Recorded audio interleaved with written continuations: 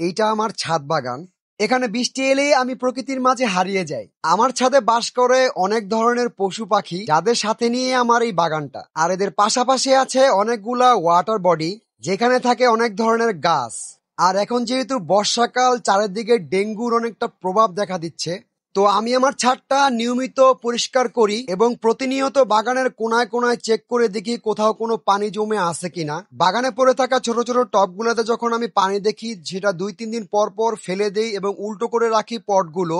এবং টবের নিচে যে বাটি থাকে সেখানে কিন্তু অনেক সময় পানি জমে থাকে। এই ধরনের ছোট ছোট পানি জমে থাকা জায়গাগুলোতে কিন্তু ডেঙ্গু মশা ডিম পাড়ে এবং বাচ্চা করে, যা আমি 2 থেকে 3 দিন পর পর পরিষ্কার করে দিই। আমার ছাদে যেহেতু অনেক বড় বড় গাছ আছে, ওইখান থেকে অনেক পাতা পড়ে, যা আমার কয়েকদিন পর পর পরিষ্কার করে দিতে হয়।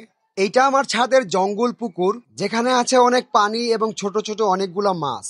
এছাড়াও আমার ছাদে আছে অনেকগুলা ওয়াটার বডি, যেখানে সবসময় পানি জমে থাকে। এই ধরনের পানিগুলো তো মশা ডিম পাড়তে পারে, মশার যাতে এখানে বাচ্চা না করতে পারে এই জন্য এখানে আমি ছোট ছোট গাপ্পি মাছ, মলি, শকটেল দিয়ে রাখি, যাদের কাজ হলো মশার ডিম এবং লার্ভাগুলা খেয়ে ফেলা।